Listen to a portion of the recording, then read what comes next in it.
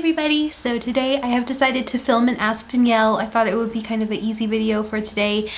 We are officially getting better now. It's Friday, so yay, it took forever. Olivia is napping like she normally does, and she slept like a 6-hour stretch last night for the first time in days.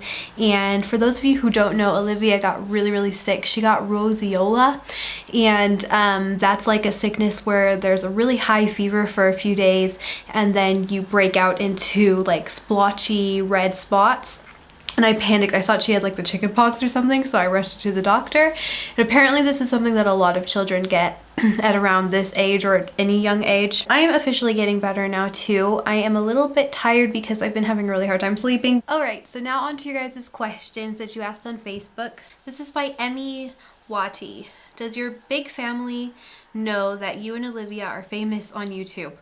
My family does know about YouTube. They do watch our videos and they do know that they are relatively, with a lot of views sometimes, some of the videos. And my family really likes it. My husband's family doesn't. They think that we're exploiting Olivia and they just don't like it. I don't know. They just don't think we should they just don't think we should share that much personal information. Well, we don't really share a lot of personal information, but we do share a lot of our lives.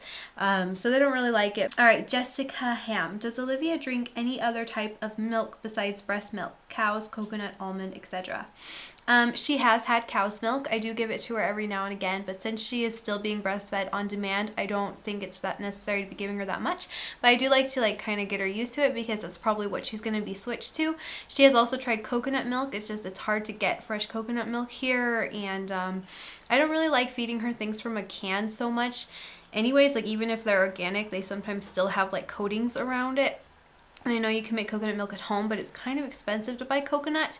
And then almond, according to our doctor doesn't recommend any nuts or seeds at this age. This is by Sophie Monica Mares. Do you plan on finding out the gender of baby number 2? Yeah, that is the plan so far, and I have this idea, and I know that you guys know that I am not really a fan of unnecessary ultrasound, and also I like to keep them to a minimum. But here's the thing, we will probably be around the time, I'll probably be at around the stage you could find out the gender when we visit my family in America. And I just think that it would be so fun for them to be able to see this baby and bond with this baby while we're there, because I know in America you guys can get those ultrasounds where you you just do like a 2D thing. I wouldn't want to do a 3D thing. I think that's just a little bit too much for the baby. That's just my opinion. I'm not judging anybody who does it. There's a lot of shaky information and research about if ultrasound is safe or not, but I just prefer to go on the side of caution. But we would only do like a 2D, and I just think it would be kind of fun for them to be able to see the baby and bond with the baby, and also it would be really fun to find out with them because my family doesn't see Olivia very much. They won't see this baby very much, and I just thought it would be kind of special. And we're going to visit them in January, so for those of you who are like me and don't really like doing unnecessary ultrasound, let me know what your opinion would be on that because I'm a little bit shaky on it myself. Okay, this is by Robin Hayes. I love watching your videos. How many kids do you see yourself having? How close would you want them? How close would you want to have them together? I don't really know how many kids we're gonna have. I am kind of an excessive planner, but when it comes to children, after I had my first, I've just kind of decided to leave it up to the universe and to God. I just think that we're gonna have as many kids as we're gonna have, and every kid is a blessing, and I do know that I want more than 2. That would be our hope, to have more than 2. So I don't really know yet, and in terms of how far apart, we're just gonna see how it goes, I guess. So I don't really know how far apart, but I think preferably maybe for the next one we'll wait a little bit longer, just because I've been researching how children at Olivia's age have a really hard time understanding the whole being a big sister thing, because she's gonna be under 2, so it'll be a little bit difficult, so we'll see. Do you want twins?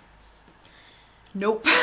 After having a baby, I can't imagine having twins. I wouldn't want to be pregnant with twins. I wouldn't want to have to push out twins, and I wouldn't want to have to breastfeed twins. I mean, of course it's a blessing, but I personally, if I could choose, I would say no to multiples.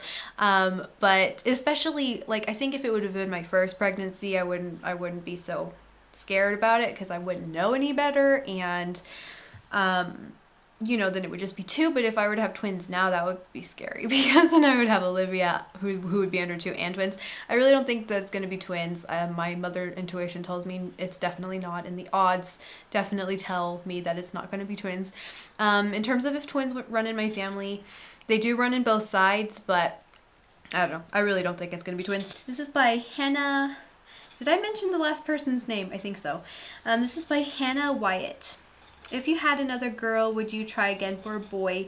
And if you had a boy, would that be it as far as baby making goes? If this baby were to be a boy, I don't think that would be it as far as baby making goes, because I told you, me and hubby, we love the idea of having a big family, and family is everything to us. I know that a lot of people, it's really common these days to only want 2 kids, just a boy and a girl. That's like the wish of our society these days. I'm not on the same page as that. I don't know, I'm not really worried about if this baby's gonna be a boy, because we're gonna try for more babies, and even if we end up having like 4 or 5 girls one day, I would be happy with that, and I would feel so blessed. And I wouldn't try for a baby just to get a specific gender. I think that's not how I roll. This is by Katie Alice Nielsen. What have you decided to do with your placenta this time around? I'm still deciding, but I definitely think I'm going to do something with it. And I know that what I want to do with it is consuming it in some way, shape, or form. I know one way that I'm not going to consume it is raw, and also not like frying it or barbecuing it or anything like that. I am possibly considering being brave and doing smoothies. What you do is you guys are going to be, some of you are going to be pretty grossed out. I talked to you guys about this on Facebook the other day. I showed you a video of somebody doing, but what you do is you freeze, you cut pieces of your placenta, and then you freeze it in little plastic baggies, and you put it in a freezer, and that really helps ensure that all the nutrients and all the iron and all the hormones really stay intact. Because the problem with placenta encapsulation is a lot of people argue that it's just the gazebo effect, because when you fry it up like jerky, it loses a lot of that value.